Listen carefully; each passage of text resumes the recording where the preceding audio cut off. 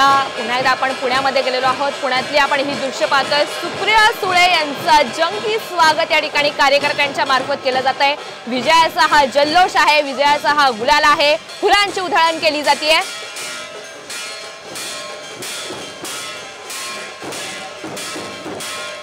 सुप्रिया सुळे यांचं जंगी स्वागत पुण्यामध्ये केलं जाते आणि सध्याची आपण ही पुण्यातली दृश्य पाहतोय। कार्यकर्त्यांची प्रचंड गर्दी आहे। शरद पवार गटाच्या कार्यकर्त्यांनी मोठी गर्दी या ठिकाणी केलेली आहे। तुतारी वाजवत ढोल ताशांच्या गजरामध्ये सुप्रिया सुळे यांचं जंगी स्वागत केलं जात आहे। संपूर्ण देशाचं लक्ष लागलेल्या बारामती मतदारसंघात राष्ट्रवादी काँग्रेस पक्षाच्या सुप्रिया सुळे यांनी बाजी मारली।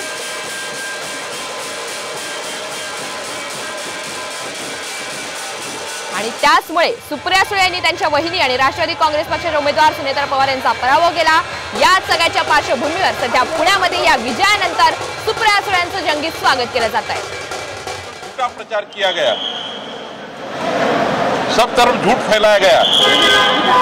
आदिवासी समाज में भी झूठी खबरें, कंफ्यूजन तैयार किया गया कि आदिवासी का हक हम निकाल देंगे, उनके हक पर हम गदा लाएंगे।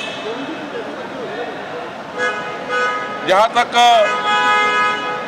मराठा समाज का सवाल है, उनको भी, समाज को भी बताया गया कि हम मराठा आरक्षण के खिलाफ है।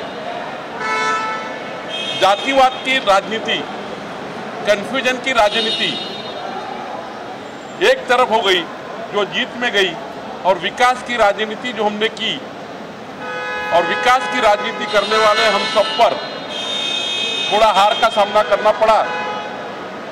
लेकिन इस देश को आगे लेके जाने के लिए मोदी जी ने विकसित भारत का संकल्प किया है। वही संकल्प हमारा है। हमने विकसित भारत के लिए वोट मांगे हैं, और इंडिया आघाड़ी और महाविकास आघाड़ी ने जात की राजनीति को लेकर काम किया है। ये कोई दिन के लिए ठीक है, हर समाज को ये मालूम हो जाएगा कि इंडिया आघाड़ी वालों ने हमसे झूठ बोलकर वोट लिए हैं। ये सच का सच सामने आ जाएगा, क्योंकि ये लोग जातिवाद करके ही जीत सकते हैं। इनके पास बताने के लिए कोई काम नहीं है, इनके पास कोई डेवलपमेंट नहीं है, इंफ्रास्ट्रक्चर नहीं है, कुछ नहीं है। इनके पास केवल नैरेटिव सेट करना है। अब महाविकास आघाड़ी वाले क्यों नहीं बताते कि ईवीएम बराबर नहीं है? अब जीत गए तो ईवीएम बराबर है, मशीन बराबर है। हार जाते तो कहते मशीन बराबर नहीं थी।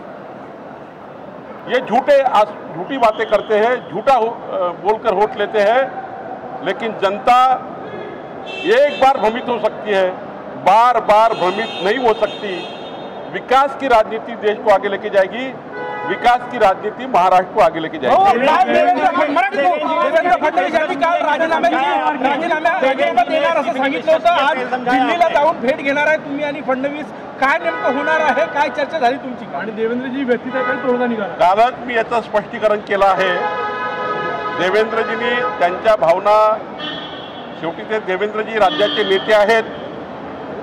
साहजिक वाटतं की जेव्हा या प्रकारचं राजकारण होतं, देवेंद्रजींनी मुख्यमंत्री म्हणून 5 वर्ष आणि आता उपमुख्यमंत्री म्हणून, आणि मोदींच्या नेतृत्वातल्या प्रत्येक योजना, मागच्या 10 वर्षात मोदींच्या सरकारने केलेलं विकासाचं काम, गरीब कल्याणाचं, मध्यमवर्गीय कल्याणाचं जे काम केलं, या राज्यामध्ये 6.5 कोटी लोकांना मोफत अन्न भेटत आहे।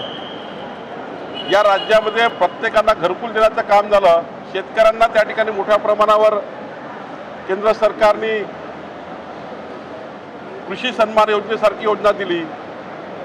युरियाला 10 लाख कोटी रुपयाची सबसिडी दिली। तरीही जनतेने काही क्षणापुरतं आमच्यापासून दूर जाऊन भ्रमित राजकारण,